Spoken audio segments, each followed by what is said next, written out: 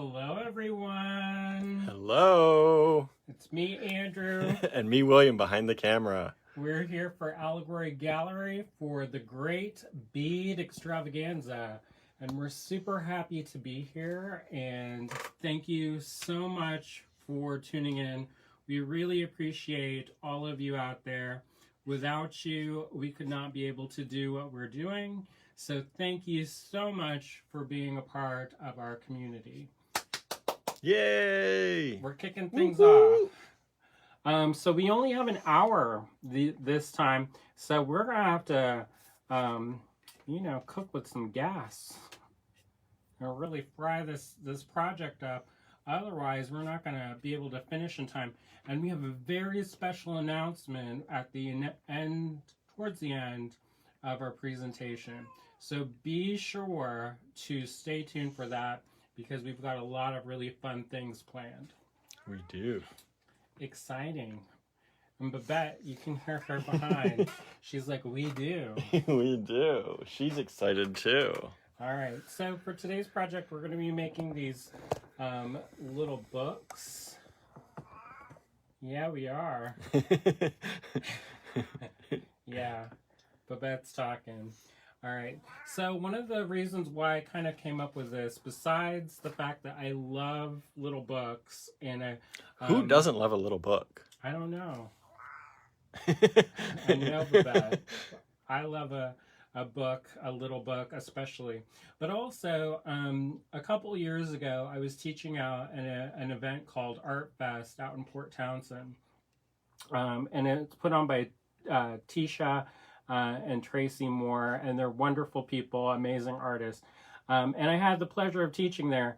And one of the things that we stumbled in on, me and Cynthia were teaching at the same time, and co-teaching, is there's this whole cafeteria, and there were all these people, and it was like 100 degrees in the room. There was a lot of energy, a lot of excitement. It was really cool. And I was like, what are they doing? Because they're all like doing something. It looked almost kind of illicit, like something was going on.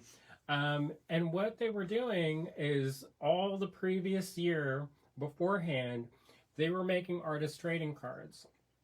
So if you're not familiar with what artist trading cards are, they're these great little pieces of whatever, but they're all sized almost like a baseball card so that you can trade them and swap them and get somebody else's artwork. So ever since then, I've been really interested in these because not only is it a way for you to share your artwork and to have a kind of a creative exchange, but it's also a small format. So if you do sell them, which they're called something else, it's a great way to have small artwork. For us, we don't really have a ton of extra money. So for our collection with our artwork, we enjoy collecting small pieces of artwork because, for one, we can afford it. And also because when we lived in New York City, we didn't have a ton of space to display the artwork. So these artist trading cards are super awesome. Even if you don't trade them and you just make them for yourself, they're a great format because they're small. Are there any questions so far? No, just lots of good mornings, lots of people tuning in. Oh, good. So that's part of how this came to be. The other part was, what are we going to do with all these really wonderful mask lanyards once the pandemic's over? I guess we could go and, if you saw the Goody Beads preview, you saw they had those little carabiner. I guess you could use that as your focal and kind of cinch your piece together. But I thought a really cool thing to do would be to use those mask lanyards in a way that you could then use that as the base of a necklace. So this is convenient. You can wear your work of art. It's convenient if you have to take it off, make some notes. If your piece is long enough, you can flip it around and draw right there directly onto your piece. Built-in sketchbook. Yeah. Built right into your outfit.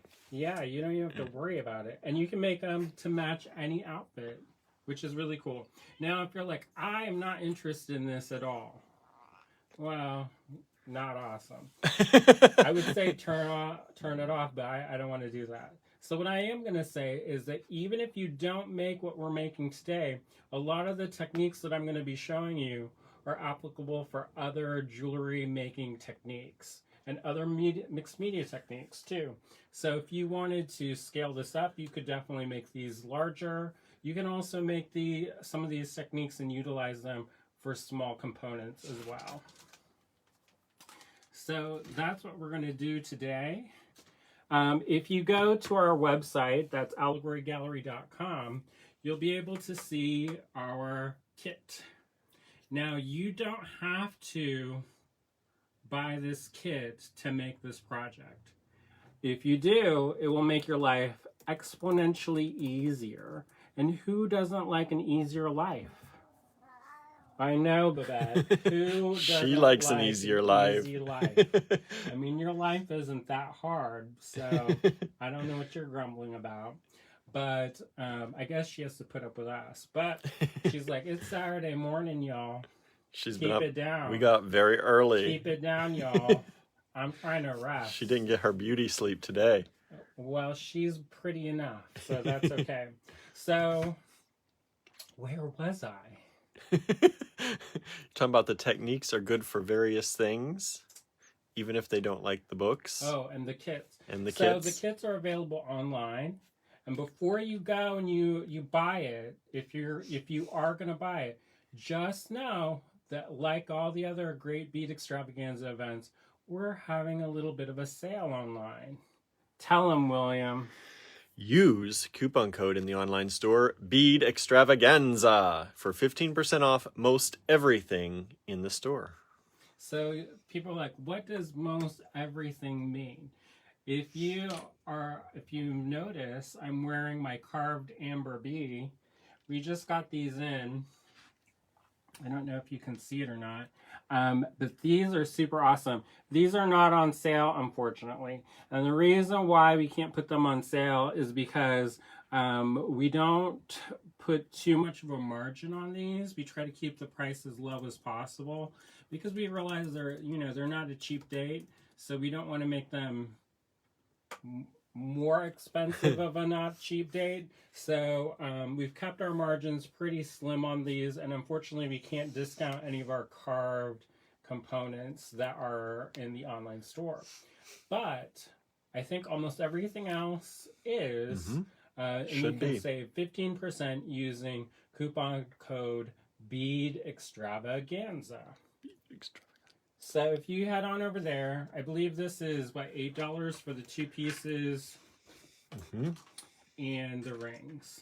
And we put a link in the comments here. Now these rings, if you're looking for them, they're called binder rings, and they come in all different sizes. These are the 1-inch rings, and I love them. We use these for all different kinds of things in the shop, usually the bigger ones. Usually I go to Bath and Body Works and I clear them out. And then the people are like, what y'all doing with so many rings? I'm like, none of your business, but art. But art. So I've called my collection and we've put these together. You get 2 of these little boards and you also get these 2 rings. So that kit is available online, allegorygallery.com. Make sure to take advantage of the Bead Extravaganza coupon. That coupon is valid for all week. So if you're like, hey, I'm going to go broke today if I buy all the stuff today, that's okay. We're going to, you have all week to use that coupon code. All right. So once you get your little kit in the mail, you're like, what am I going to be doing with these? You know, they're cool, but what am I going to do with them? So let's flip it around, and we'll talk about some stuff. Now, if you've watched any of the other presentations that I've done for the Great Bead Extravaganza, I've talked about this wonderful product. It's called Gesso. And it's really wonderful. This is a Liquitex basic acrylic. I love the golden, but I ran out of it because guess what? I use it A lot. So, this, if you don't have this, this is okay because this surface it's a draft board, so it's a porous surface and it will soak up other paints. Some of the other woods that we have, the plywoods, are not available or are not super great for soaking up paint. So you have to prep the surface. But that, I feel like if you put this undercoat on, this primer, you're going to be set up for success no matter what you do. All right, so I've got my lovely pristine palette. It's very high-tech and very fancy. And I'm going to pour this on. Now, using a clean brush that's soft bristled. Let's see. Am I in the... Where's my sweet spot? Right here. My sweet spot. Sweet right spot is here. like, yeah, in there. So suck in my stomach and then work upside down. So you just want to make sure that you get nice even strokes. And you can kind of see that the foundation layer is not going to be very thick.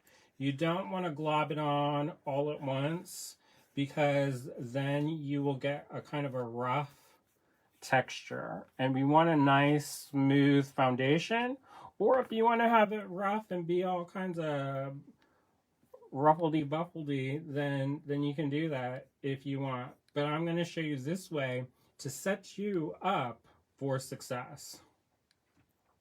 All right, so in theory, we'll let that dry off to the side. And the power of TV, we've got one already done, already dry. Whoa, look at that. So if you have a little bit of a texture, that's actually not a bad thing because that's called a tooth. And it's a texture that will help the other layers stick on top of that. But if you're like, I want that to be super smooth, just hit that with some sandpaper. This is a really coarse one. This is found in the automotive store. It's for a circular sander, but you can use regular sandpaper. I like wet, dry sandpaper for my purposes. And once we've got that all taken care of, we're going to use a damp cloth, or in this case, a high-tech paper towel. Get it slightly damp, not too moist, but not too dry, just right, and just wipe off the surface. And what that is doing is you're wiping off the dust, because then when you add that extra layer and there's dust, it's going to get crusty again. So we don't want to do that. Now, as you can see, I did all the brush strokes like this. I'm going to turn it on the side and add my brush strokes in the opposite direction. Now, one of the things you can also do if you're getting bored to tears is you can watch the other presentations, and I talk all about how to add color to our wooden pieces.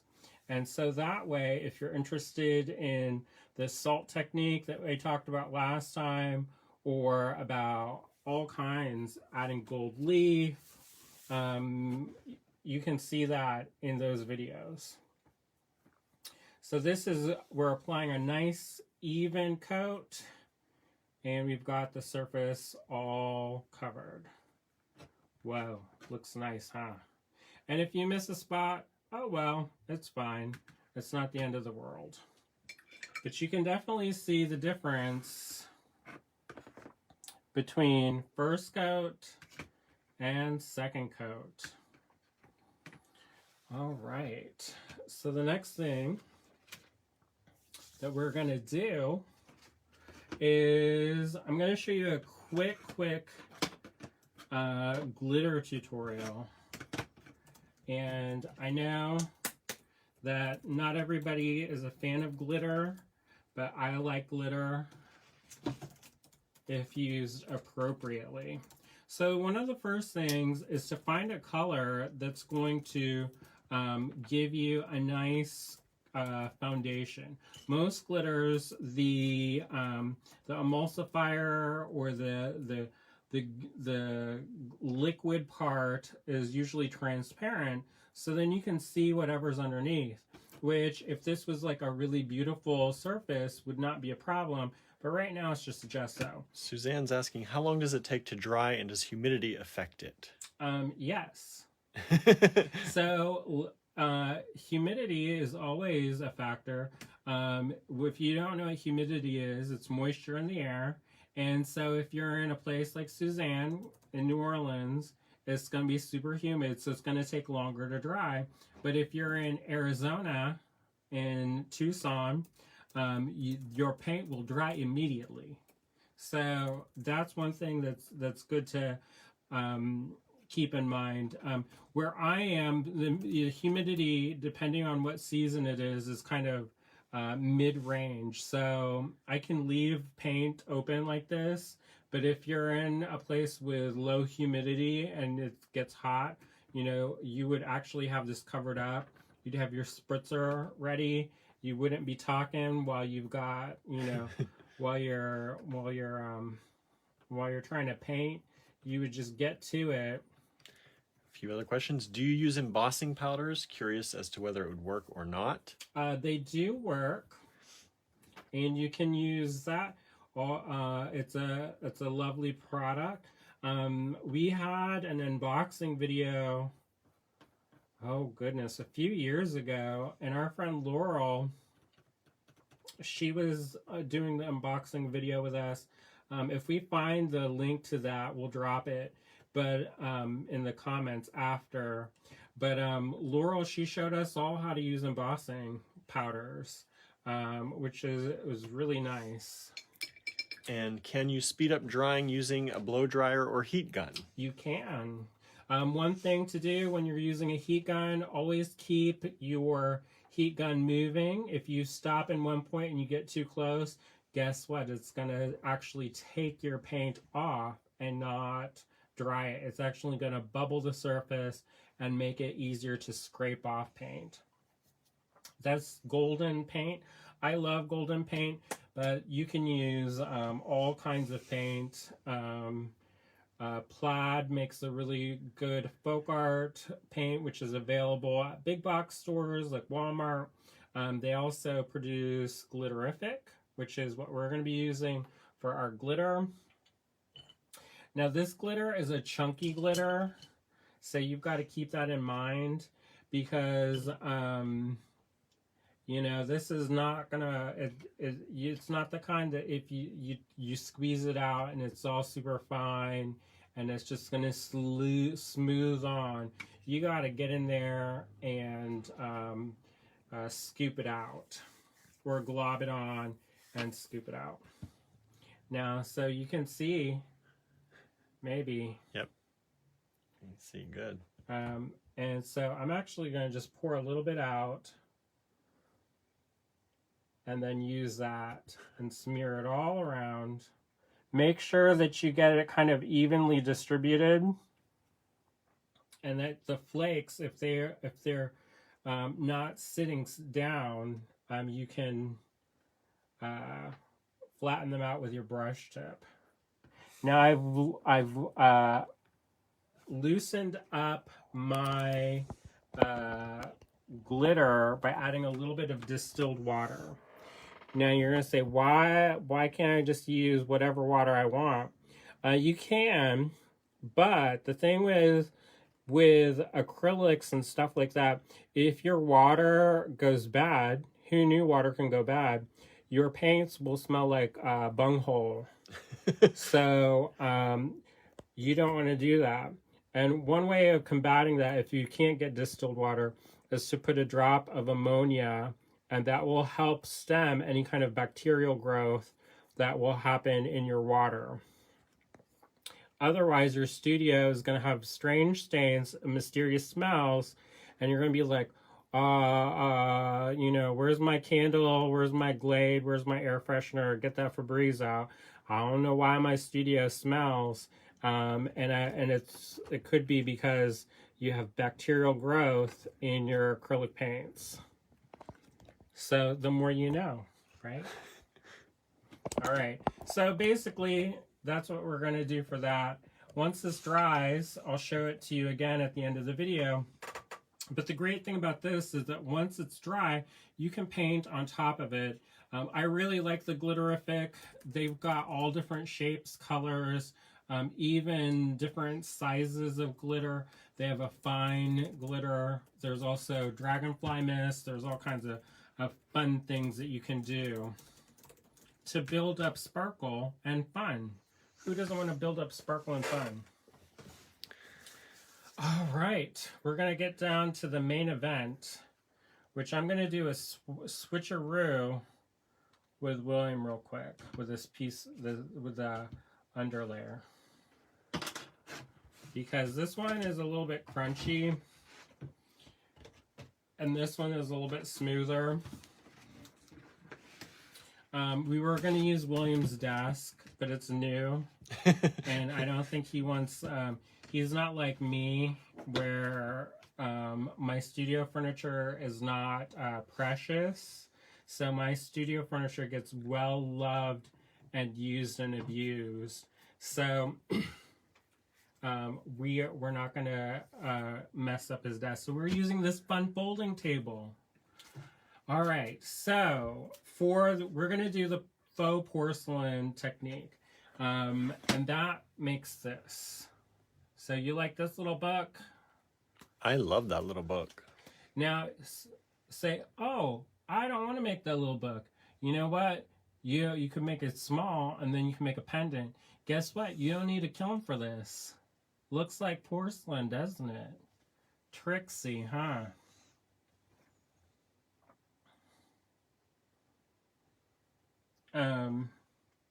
So this is a great way to get that look, but only need an oven. And if you look close, it even has the speckles in it, which is really fun. Now, if you're like, hey, whoa, whoa, whoa, slow down, I can't keep track of what you're saying. Tonight I'm going to post step-by-step instructions in the Great Bead Extravaganza group. So that way, if you like fall asleep or you gotta go to the bathroom and you can't hold it, it happens to us all. You can either watch the replay, which is bonus points, means I don't have to do as much work, or tonight you can check out the Great Bead Extravaganza Facebook page, and I'll post some step-by-step instruction. So now, Marianne is asking, can this faux porcelain be applied to our wooden pendants? In theory, yes.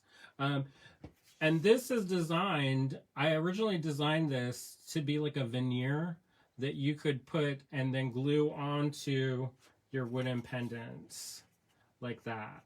But this is so that you can have a different option to make this little book. And you're gonna be like, why am I gonna buy the template if I'm gonna make my own little sheet? You're like, that doesn't make sense.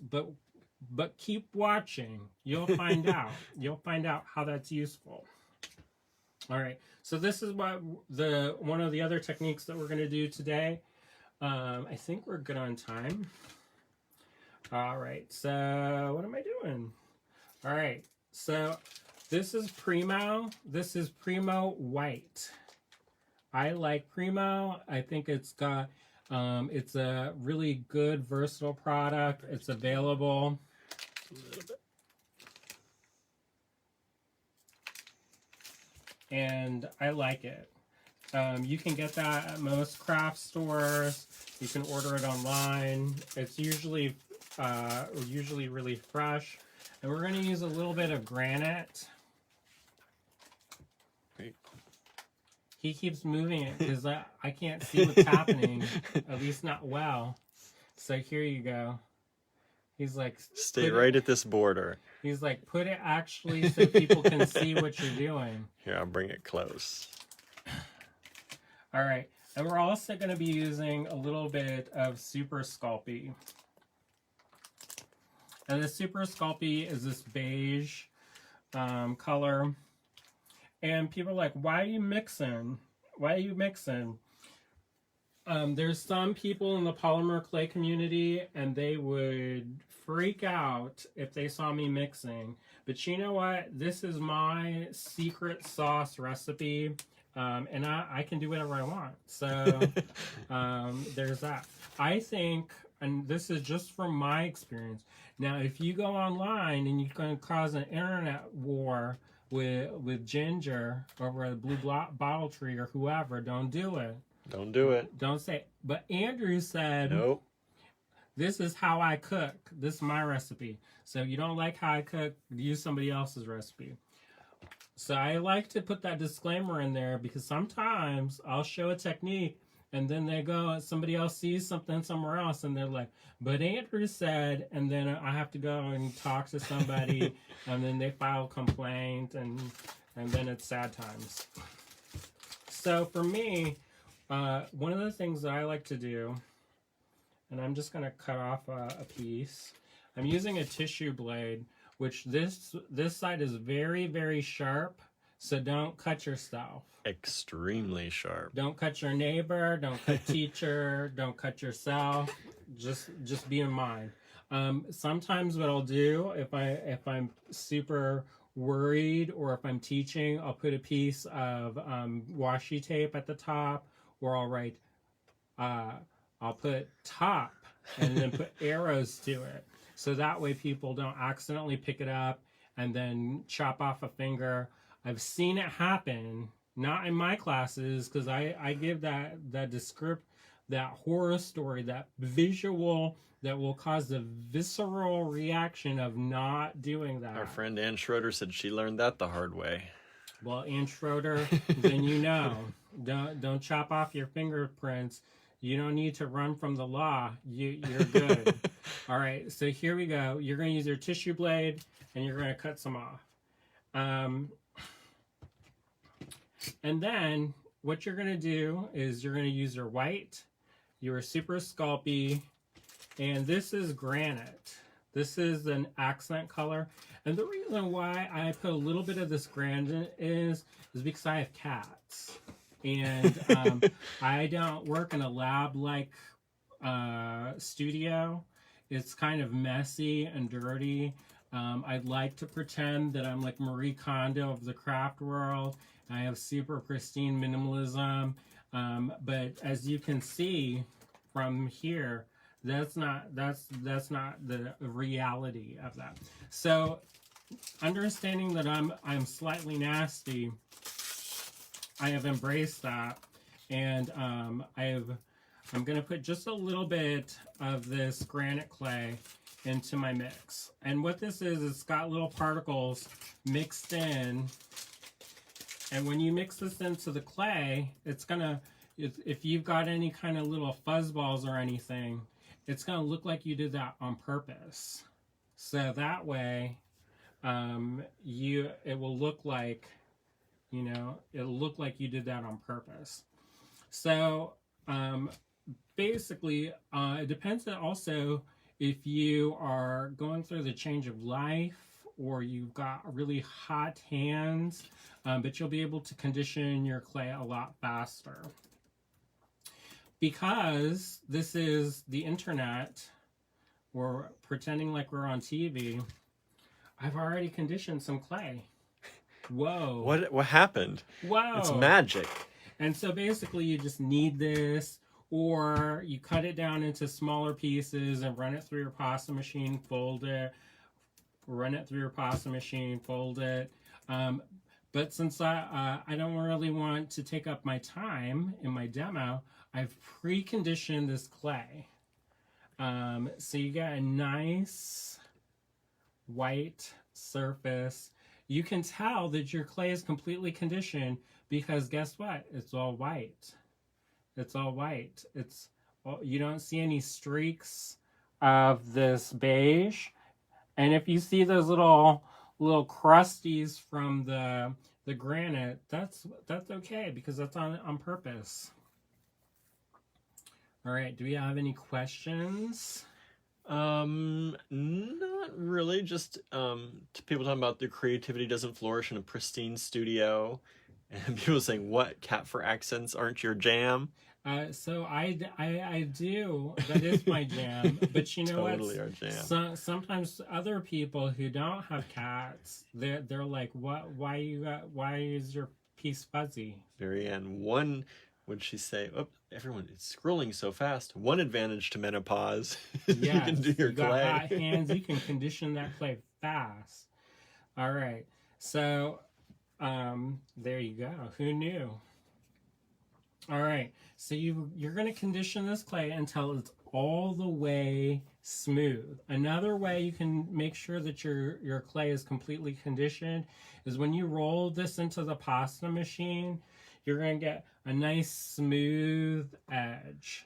If it's all ruffledy-buffledy and really chunky, then you're going to need to, and if you didn't see what I just did, is I extracted a cat hair from the clay, because sometimes if you don't, it'll cause air pockets and it can weaken your piece. So that's one thing. You'd think it'd be like rebarb and like reinforce your piece, but in reality, it doesn't work like that. Mira's asking, what does the Super Sculpty do? It's a harder clay, so it makes your, this is a more flexible clay. So some people like it because then you can like bend your pieces. I like my pieces not to bend. I like there to be a little bit more rigid. So that's why I add the Super Sculpey. Now, if it, you know, it does make it harder, but if you really try, you could crack this in half. But I'm not going to do this because I actually like this piece.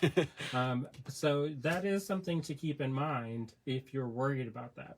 Now, another option is if you're really worried about this being really structural, guess what? You've got this. Just roll your pieces, your sheet out finer, and then you can glue this on to your backing board, and you'll be good to go. Now, pretend like I'm rolling this out. I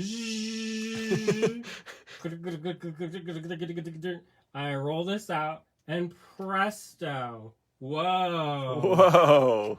I made this sheet of my polymer clay. It's magic, you know. The power of fake TV.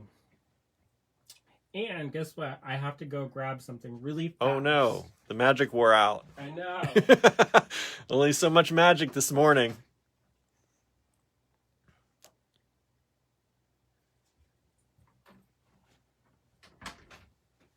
And the reason why is because I was afraid to balance this on to my teetering pile. And you're like, what the heck is that? It's cornstarch and a little bit of mica powder. And so this is how we keep stuff from not sticking. We're going to be flouring our piece. So we need a really soft brush. And you can tell I've used this for this project because it's like powdery. Now, don't snort your cornstarch. I know sometimes it might be tempting, but if you're going to breathe into it, whenever there's particulates, I always suggest having a well-ventilated area. Even though this is cornstarch with a little bit of mica powder, open a window, make sure there's easy airflow. You'll be great. Someone is asking if they want to adhere it to the wood, is there a best or specific glue or adhesive that would work between the two? It just depends. You can use all kinds of glues. E6000 works really well. You can also use Loctite glue for smaller pieces. There's all different kinds, and depends on how you're gonna use your structural pieces. You can even use hot glue. That's really good. But E6000 is probably the best for this application. All right. So our friend Christy Friesen she's super cool. Another presenter of the Great Bead Extravaganza. She came up with these really fun texture sheets. See her name, Christy Friesen. She's got all different kinds. If you go to her website, you can see the different texture sheets that she has available.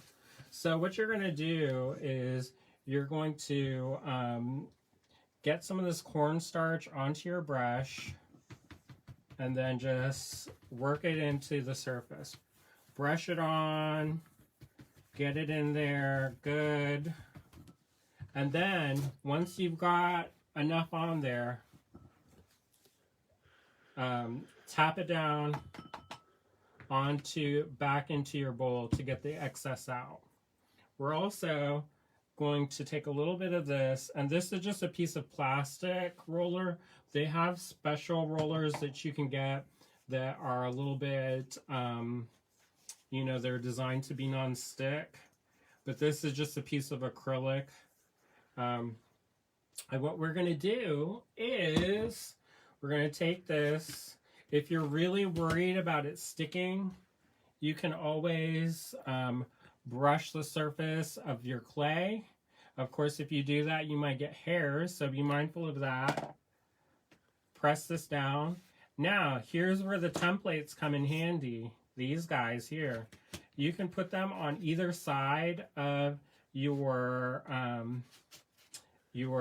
texture sheet, and then you will make sure that you will not go below that texture sheet. Or your texture sheet will, when your polymer clay will be the thickness of your piece, your templates.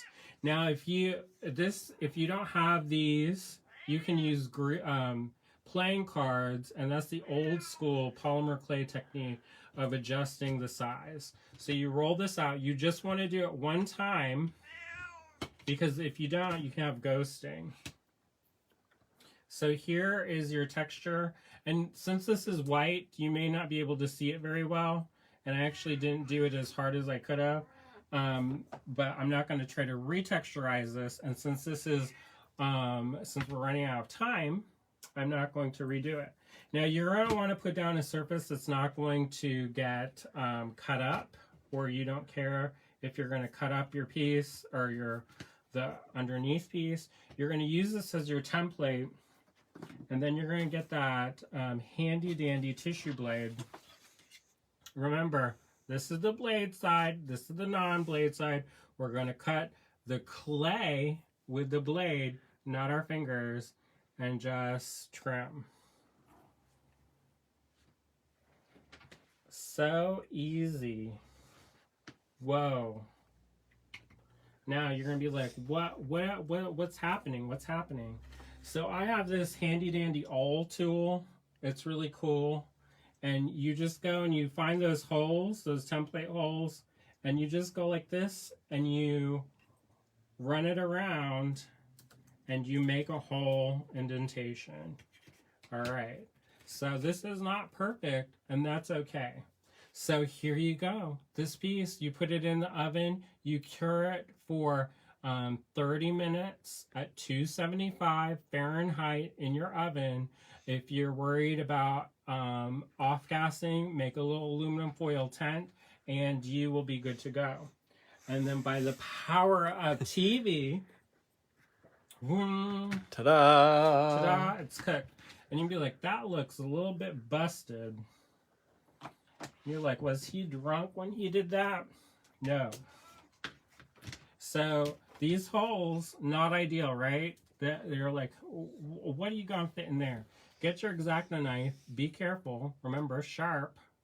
Put it in there and just twist it around. That will help open up your holes and make sure that they are nice and open and the right size. This is helpful if you make a hole in your polymer projects and it needs to be enlarged. The next thing we're going to do is we have sandpaper. We're going to bust that sandpaper out. And we're just going to lightly go over the edges so that we have nice edges.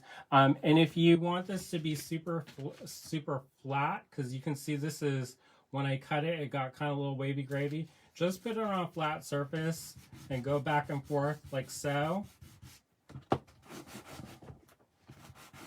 Try not to hook it on them holes. And there you go. You're getting a super flat side. Now, because it's a tile, it's supposed to look like an old tile. Most old tiles are beveled. So you're just going to go around your edges and lightly hit those edges so that there's a bevel on them. All right, so we've got our piece. We're going to get our slightly damp cloth, aka paper towel, that I didn't spit on it, I promise. All right, and now if you have any little crusties, now's the time. And then we're going to be getting the fun part. All of this is the fun part, right? All right. I'm having fun watching. So this is a clear liquid polymer clay. This is Donna Cato's brand. And if you spill this on your carpet, you're gonna be sad because this never dries. It's super sticky, and you should be aware of this because it's sticky. So, but it's delightful because it really, when you bake this and you cure it in your oven, it will really get nice and translucent and get that nice shiny faux porcelain effect. So you're going to squeeze this in your cup, and a little goes a long way. And so the next thing you're going to do is get your chalk pastels. Whoa. Ooh. Now this is one of Colors. my secret techniques. Colors. Secret techniques. This is your rainbow of colors. This is your palette, and with these you can make almost any color. We're also going to need our X-Acto knife friend, and we're going to take our chalk pastels and lightly scrape off some of these into our mix, or into our polymer clay, or liquid polymer clay. Now it's tempting to load this up with a ton of pigment. The issue is that if you add too much pigment, it becomes opaque, and we want this to be nice and clear. Now, I have seen tutorials online where people will use a drop of alcohol ink. Alcohol inks are super great. I love the effects, but guess what, folks? They're not archival. So I no longer use my alcohol inks in these projects, because if you put this in a sunny window, then your piece will no longer be that color. It will start to bleach. All right, so once you have this, mix it real good. Mix it real good. And if you really are particular about the little speckles in the liquid polymer, you can put this on a piece of, you can make your shavings on a tile and then go back over and grind them down finer. I like the little speckles in the finished project because it looks like a real tile then. All right, here's the messy part. So make sure that you have lots of paper towels at your disposal. And you can mix up different colors, which by the power of TV or Facebook Live, I've pre-mixed these colors. And you can take and use your fanciest tool, your finger, to do One of the few work. times you allow fingers to be used as tools. Yeah, well, you use it. I use fingers all the time. It's teeth that I don't really. I said teeth aren't tools because guess what? I've seen people chip off it, and you just massage this delicately into the surface of your piece, and you get to that edge. You just scrape that right off. It's like you're frosting a cookie. Now, someone had a question: if you use alcohol inks, can you glaze over them to prevent them from fading? In theory, you could try. There are UV products. However, if we know that a product is not color stable, then just roll with it. Use something else. And then you can get 2 colors. And then you can do like an ombre. Getting fancy. Whoa. And then once you've covered this completely, and there's no pieces, you stick this in the oven, and you make sure you're clean as you go, because if you go and you go in to wipe the shine off your nose, it's going to be a different kind of effect, and you're going to be a little bit something different, colorful. It's going to look different. Cindy's asking, can you use mica powders in the liquid clay? You can. It's just that these are concentrated pigment, and so mica powders, it will look more dispersed. It will look almost like a shampoo, and this looks more like a stain, and it will stain the clay and look more like a finished, like a ceramic tile, than if you use other stuff. Now, I encourage you to experiment and explore. You can do all kinds of different things. You're going to put this in the oven. This is going to cure the same as your piece. So when you put this in the oven for 275, you can ramp it up to 300 if you really want to, but I kind of like to follow the instructions on the bottle so that I don't get the brain cancer when it, gets super fumey. Don't do that. All right, so we have about 13 minutes left. So once you put this in the oven, it cures, and you've got this. And then William is going to show you how to mark the hole, punch the hole, and put the books together. Okay. Here you go. Let's take a look. And okay. I'll start cleaning up. So we have the artist trading cards here. And someone was asking if we have these. We don't have these in the store at the moment. We used to. We used to, but we do not have them now. So artist trading cards come in one size, right? You have the great size here. That's the same size that you're going to get if you purchase our kit, which we are dropping links to.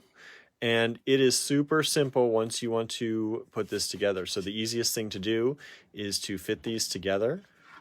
And you are going to just use your trusty pen or pencil. And I'm going to move this down. There we go. I'm just making sure that these are even. And you are just going to go in here, if I can see around my phone, and mark. Hopefully this pen is marking. Nope. Let me get my pencil. He stole my pencil, y'all. I stole it because I knew I was going to need it. There, that'll mark it. Sometimes pencils are better for things, right? Not a lot of people use pencils anymore, but... I love pencils. So there you have your marks. Super duper easy, right? This is called a crocodile. Look at this monster. There's all kinds of stuff. Great. So we're going to use, that's the large hole. We are going to use the small hole. And you could use a smaller hole punch for this too, if you don't have this giant monster in your arsenal. It's wonderful because you can do rivets with it or eyelets. Yeah, look how well you can see in there, and really make sure you're centered and get on that. And then all you're going to do is these are going to line right up for you. See that? Pretty much perfect. Look at that. Perfect. So you're also going to get these in the kit on our online store. So it's super simple. You have the backing. So this is just going to go through here. And you're going to do one, and then you're going to open the other, and you're going to go through the other one. And then what I do, let's see if I can, it's hard to see around my phone. You're doing great, William. So what I like to do is I put the cover then on the other side, because that tends to make it easier to work with. So we just drop the cover on here, and then you pull the rings together. And you're just going to seal the rings, and then you have your little book. And these rings, they're a 1-inch ring, so you can get a number of sheets in there. You could also get larger rings if you wanted to add more sheets. But we've done about, about 10 or so artist trading cards inside, 8 to 10, and it's still super easy to flip through and use. Now, if you don't have the artist trading cards, you can also, these are 2.5 by 3.5, and you can cut your own out of whatever kind of paper you want. You can also make a piece that's double this size, and then just fold your piece of paper over and follow the instructions like William said, and you'll have little booklet, little leaves of your pieces. People are asking if you can use cardstock, watercolor paper. You can use all of that if you want to. Now this is a piece that I started that's going to eventually be the cover of one of these books, and this is just canvas that I've been bead embroidering. I did a project for the beaded square project for the Museum of Beadwork up in Portland, Maine.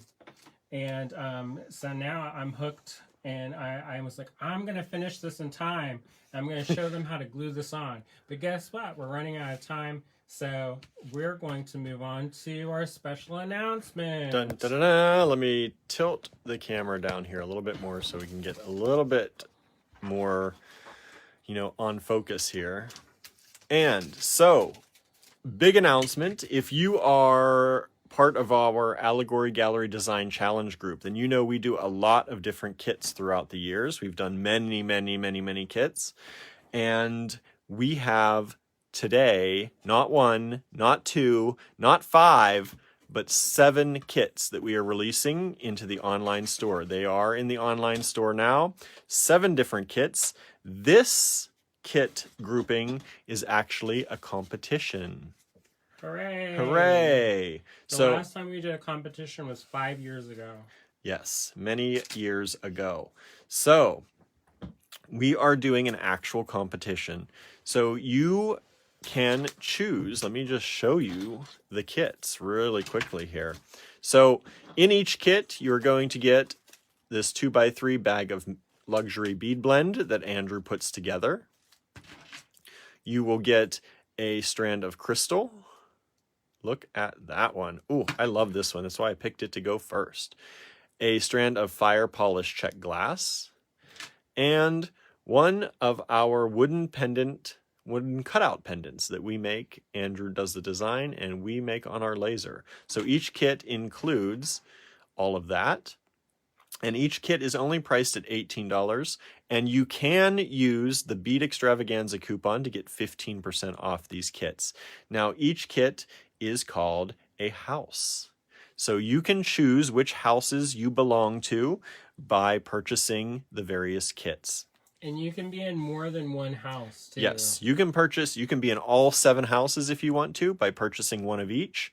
And as I'm talking here, I'm going to try and just continue showing you some of these lovely, lovely kits. Now, whenever you choose the houses that you are going to be in by purchasing those kits, ooh, look at that sparkle. Then what we're going to do is we have deadlines, and you can see all the deadlines on the descriptions on the website. I'm not going to go over all the dates because we are running very low on time, but you can create, just like our other kits, you create whatever you want to, and we will have a reveal date. And on that reveal date, everyone takes, and you choose one of your creations. choose one of your creations from each kit that you purchase, and put it in the album that will be in the Allegory Gallery Design Challenge group.